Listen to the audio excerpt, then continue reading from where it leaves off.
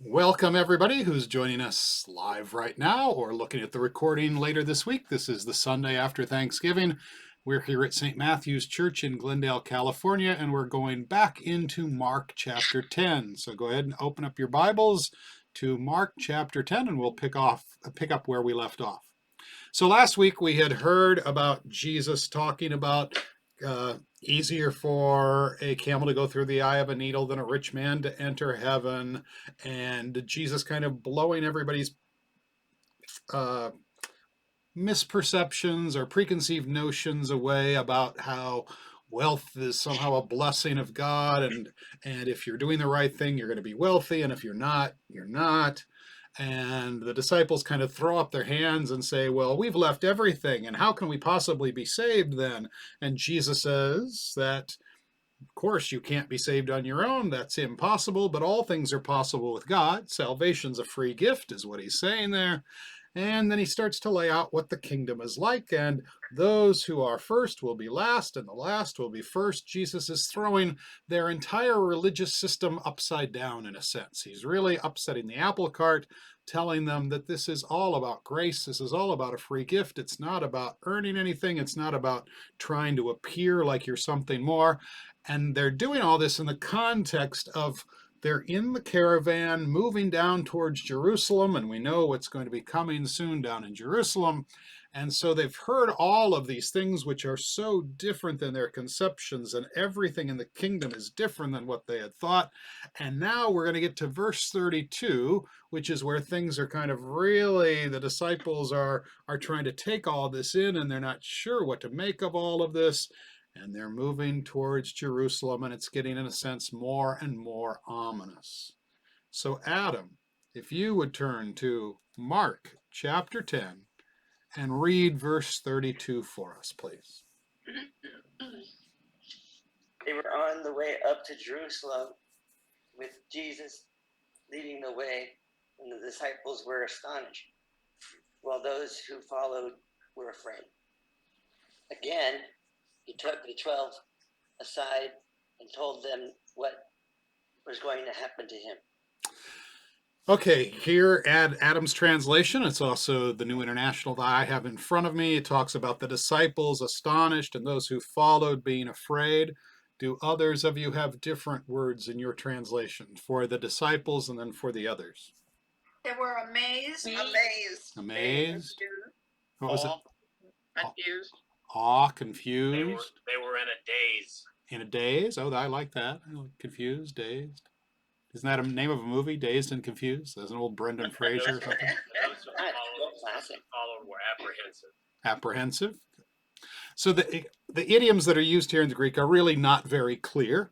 And so translators have a lot of freedom here in what to do with this, I guess. Somehow what Mark is trying to get at using idioms of the day, which, idioms always kind of change over time, and so that's why it's a little hard to get at here. Somehow what he's trying to get to is probably that sense of awe, confusion. They're not really grasping this, but there's a sense of foreboding in what's going on with everything that he has now said at this point, and they're moving closer and closer to Jerusalem.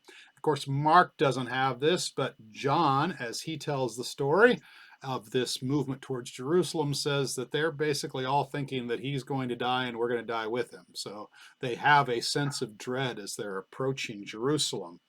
So as this is happening, and this is all up in their head, and they're trying to figure out what's going on, and of course, those closest to him are probably most bothered, but even the others, kind of the broader group, are thinking what's going on here, and they're trying to play all this in their heads.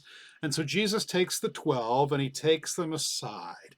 And the word here is a word that is similar to parable, and it's that he takes them apart. A parable is to set something apart, to set something aside, to take to his side. And so the way that Mark uses this word here is he draws the 12 to his side. It's like he's drawing the 12 closely so that he can teach them, so he can explain to them yet again what is going to happen to him.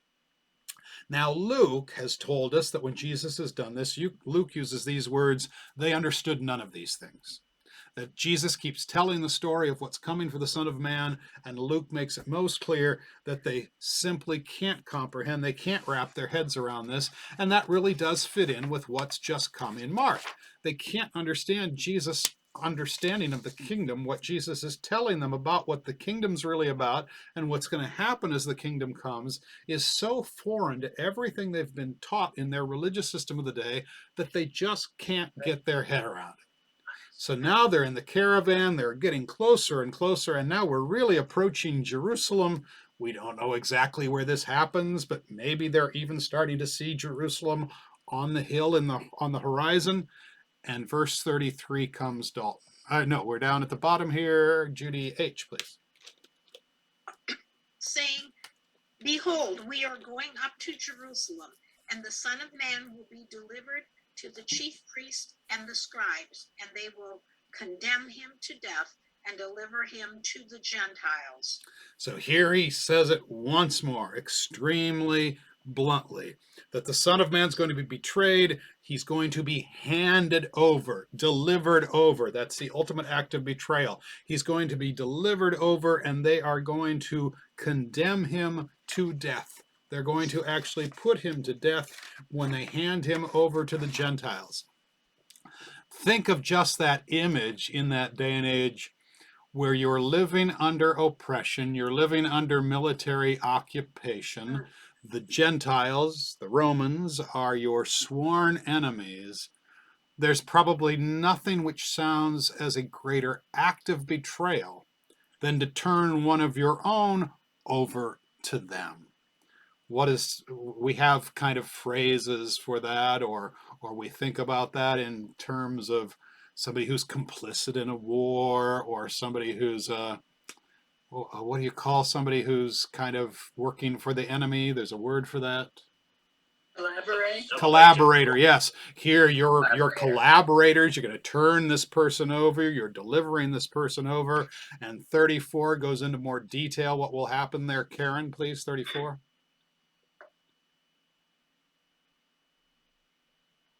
Who will make fun of him and spit on him?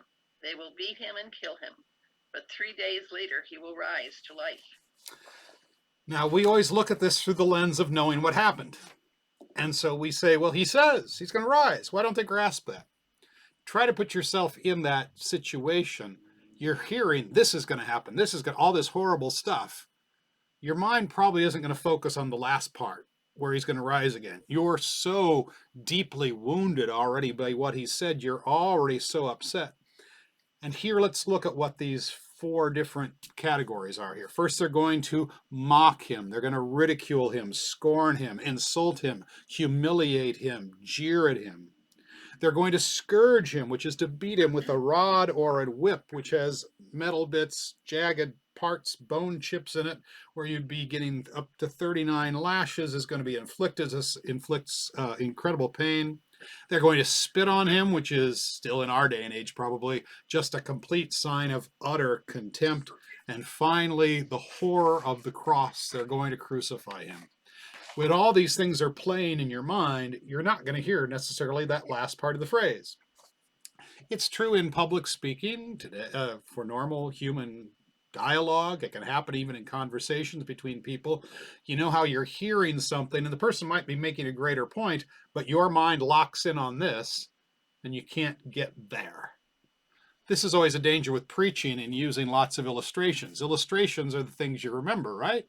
But if a preacher is using a lot of illustrations, the tendency of the human brain is to remember the illustrations and to start thinking about the illustrations, but you never hear the punchline, or you never hear the point at the end because you're so wrapped up in picturing the story.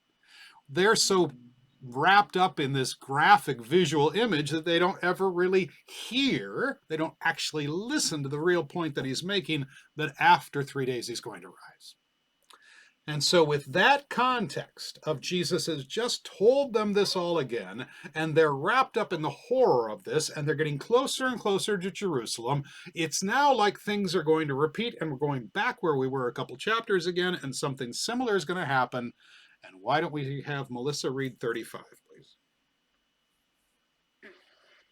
Then James and John, the sons of Zebedee, came to him. Teacher, they said, we want you to do for us whatever we ask. So now we come back to James and John. And James and John are the sons of Zebedee. They're called the sons of thunder. They're probably rather boisterous, probably fairly out there. They come to him, sons of Zebedee, who we think are probably relatives. These are probably cousins of Jesus. Teacher, we would or we want. This is very blunt language in the Greek, and so they probably use blunt language speaking in Aramaic. Very bluntly, we want you to do whatever we ask of you.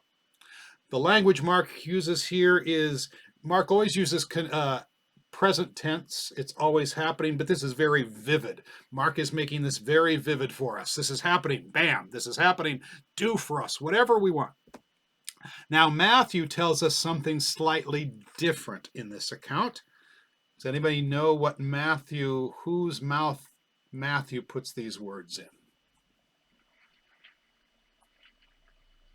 Peter? Well, the way Matthew tells the story, it's not actually James and John who make the request, but it's their mother. Their mother, right? Matthew tells the story a little differently. How do we reconcile that? Think of first century Jewish culture. Mom may have made the request, but women don't necessarily get the credit for many things back then. And it's also possible that Mark is looking through that. So Mark has heard the story from Peter about what happened, but maybe in Peter's telling of the story, or at least how Mark writes the story down, they're getting to the heart of the matter that, yeah, okay, Mom might have mouthed these words, but it's really these two it was their intent. They're the ones who are really the conspirators, and these are the ones who are really up to this bad act. And so whether or not Mom was involved isn't really material to them. But Matthew fills in the detail that she is the one. And if she's the one who really speaks these words, that kind of tells us something about the sons. What might that tell us about the sons? Mother's boys? Maybe mama's boys, we might say. Spoiled children, kind of. Very much so, that would seem to be. And that kind of tells us a little bit of an insight into who these are. James and John will become leaders. They're certainly part of the inner circle. They may very well be cousins, but they're on this little secret mission to kind of one-up themselves. Salome is their mother's name, we believe. She probably may be even the sister of Mary, so they think they've got an inside track, and certainly Mom thinks she is as the aunt. As I just told that story about Middle Eastern culture and the importance of the aunts, this may be an aunt who's very important. Do for us whatever we ask. Verse 36, Daniel. Mike? I was saying, I don't mean this meanly, just in the best Yiddish tradition, the Jewish mother. You deserve it. Go asking for it. I think that's very much there. That's it. It's cultural, and that is absolutely part of it. I think Mark's probably being kind in not mentioning her, putting the onus really on the two, and that's probably because Peter really said, well, they're the two who are guilty. But Mom probably has her role in this. Yeah. But they're also called the sons of thunder too. So that kind of plays in here. They're pretty vocal, I think. I think they're very boisterous, and we'll get into who they are a little bit more in the next couple verses too. Okay. Daniel 36, please. What do you want me to do? Thank you, Daniel. Well, do for us whatever we ask. And it's very present tense. Like this is going to be, we're going to ask right now and we want an answer. And Jesus says, okay, what do you want me to do? 37, Diane, please.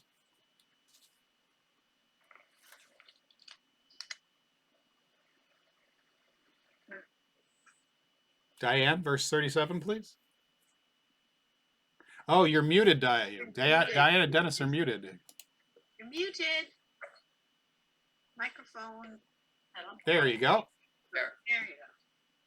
They replied, let one of us sit at your right and the other at your left in your glory. In your glory, which is the same word from which we get doxology. Matthew says, in your kingdom. It means when this great unfolding of the end of time of this great reign, which they're still picturing the wrong way. When this all happens, we want to be there as your right hand and your left hand lieutenants right next to you in the center of power. Sumptuous. Even though Jesus has just said, in the way Mark puts this, just said that the Son of Man's going to die, they're still focused on this kingdom on earth where the Romans are going to be destroyed and you're going to be the new king. They can't get away from that image. The sons of thunder, sons of Zebedee. Apparently they're used to a little bit of favoritism, right? They're thinking more about themselves. Absolutely thinking about themselves. This is about what this is going to do for me. And remember, this falls on what we read last week where Peter says, we've given up everything for you. What are we going to get in the end? And Jesus says, well, you will receive in the kingdom, but it's a different way. There's right back as if he hasn't said anything to them, thinking about how they're going to profit from all this. They're obviously pretty prideful. This is the Sons of Thunder stuff. They're probably boisterous, prideful. Maybe they've been spoiled their whole life. We think that probably Zebedee was a fairly wealthy fisherman, so that these two have probably been brought up with privilege as far as first century Capernaum would have been.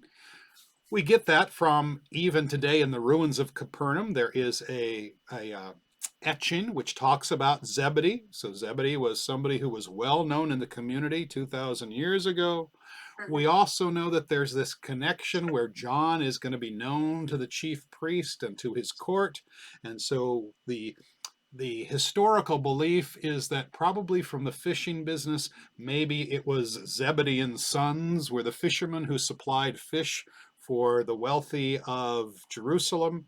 So they've been brought up with their privilege. They've been brought up with influence and power and social status. They're kind of spoiled, and they expect now they're going to get to benefit and profit from all this. What's so shocking is having come immediately after those verses we just read before. This is obviously I'm going to suffer and be spat upon and be scourged and die, and I'm going to miss the last part. And it's not as if, later around the campfire at the lake, Lord, when this happens, we want to be with you. It's like, Pater Familias, can I have the antique car collection of my brother, the mansion? Yep. Weren't you listening? Exactly. They have missed the whole point, and they're marching. This is like a death march to Jerusalem. Now we're gonna see Palm Sundays right around the corner, and that's going to be kind of this glorious event. But overall, this is a death march in many ways, and we know from John that they have some insight or inkling into that, but they're still wrapped up in we're marching on Jerusalem, and we're going to win, and we're going to be in power. They just can't let go of that. And so Jesus, now you can just imagine he's probably like, "Oi, you didn't hear me at all." And so Dennis, 38, please. You two don't know what you are asking, Jesus said. Can you drink the cup I drink, or be baptized with the baptism I am baptized with? This is passive language now. Jesus is like, you really don't know what you're asking. Didn't you just hear what I said? You clearly didn't, because you don't understand what you're asking. Do you really want to drink this cup? Do you really want to be baptized with this? Are you really willing to face what is going to come with this? And then verse 39, Judy D, please. And they said to him, we are able. And Jesus said to them, the cup that I drink, you will drink. And with the baptism with which I am baptized, you will be baptized. Talk about a little prideful, arrogant. Sure, we can go through it, no doubt. Of course, they don't know what's coming because they just won't listen and they don't want to hear and they don't want to comprehend. And so they're just being arrogant in thinking that they can do this. But Jesus says, you know what? In fact, you are going to. And what's going to happen to them? Same thing. They're going to suffer through persecution all of their life after this. James is going to end up martyred. John won't be martyred, but he's going to live a life in exile. They're both going to suffer greatly to proclaim the gospel. Verse 40, Clara, please. But to sit on my right hand and on my left hand is not mine to give, but it shall be given to them for whom it is prepared. So Jesus says that isn't even what's important, and I'm not sitting around here choosing all of this. Yes, you are going to suffer because you are going to proclaim the word and you're going to carry this mission forth. But that stuff about who's at the high spot is just utterly unimportant. Verse 41 then shows the reaction. Pam, please. When the 10 heard about this, they became indignant with James and John. You can imagine the reaction. We've already had something similar earlier on. Why are you trying to one up? Why are you trying to be in the best position? This is just going to break down the cohesiveness. You're trying to drive us apart by grabbing your own position and thinking only about yourself. This isn't about the group. This isn't about the body. This isn't about the mission. And Jesus is not the focus of what you're doing here. This came up, of course, in the lectionary not long ago, and in the sermon, I believe, that week I said, it's also possible that as the 10 listened to that, the other 10, they might have been picturing themselves in those choice seats. So now you're trying to get what I really want to get because I want to benefit from this thing too, which fits in very much with what Peter's just said about, we've given up everything for you. What's going to be ours for this? And so Jesus is overhearing this. He's seeing the tension that's arising in the group. And Jean, verse 42, please. So Jesus called them and said to them, you know that among the Gentiles, those whom they recognize as their rulers lord it over them, and their great ones are tyrants over them. This is the way it is for those out in the world, for those who have conquered here, who are ruling here. That is absolutely the way it is. And this is use of tyrant, exercise authority. It's this tyrannical way of ruling. That's how the world operates. They one up themselves onto each other. Verse 43, Sandra, please. But don't act like them. If you want to be great, you must be the servant of all the others. And Mike, why don't you read 44, please? And anyone who wants to be first among you must be slave to all. You have witnessed how the world operates. You see how Caesar and his armies rule. You see how that operates. That is not to be you. And in fact, the real way that you show leadership is by being a servant leader. The real way to be a leader is the first become last. The first becomes the slave of all. And this ties right back to what he said is going to happen to the Son of Man, because the Son of Man is truly going to show who he is by laying down his life for the sake of the world. And that is the clear opposite of tyranny. Tyranny is about accumulating power to lord it over others. True leadership is about being a servant leader who is willing to lay down his life for those whom he leads. True ambition should seek to minister to, not to be ministered unto. True ambition, true greatness should be about serving, not about acquiring. Verse 45, Carol, please. For even the Son of Man came not to be ministered unto, but to minister, and to give his life a ransom for many. Even the Son of Man, the one I've just said, this is the one who will come ruling on the clouds. This is the one who is going to rise in 3 days. His real greatness, this is Jesus speaking, my real greatness is to truly serve, not to be served. And the ultimate expression of that service, the ultimate expression of love, and the true greatest expression of leadership is that the Son of Man will lay down his life for many, to pay the ransom, to pay the price for the salvation of many. Pastor, I don't have it in front of me, but I think I remember from other studies that ransom is the word is lutron, which I think as I recall, was literally the lutron was the purchase price of a slave in a slave market, which reflects on the end of that verse before. So those words are pretty intentional, the slave and the lutron. In my Bible, Go ahead, there's a Karen. reference to it uses the used rescue, and it says the Greek word often thought, not always, means the payment of a price to free a slave or a prisoner. Yep, that is, and it is lutron. You're correct, Mike. That is what that word means. That's the ransom price to pay back, to pay off, so that you could redeem that person, to get that person out of slavery. In early Americana, with the slave markets, that there were those who would pay for the freedom of a slave, right? Yeah, that's the idea. That he would lay down his life to that point. There's one more story here before we get to the end of the chapter, but I don't think we have enough time to get into Bartimaeus, so I think we'll stop there and pick up with Bartimaeus next week. I'm going to sign off on our recording. Blessings, everybody. We'll pick up with Bartimaeus next week.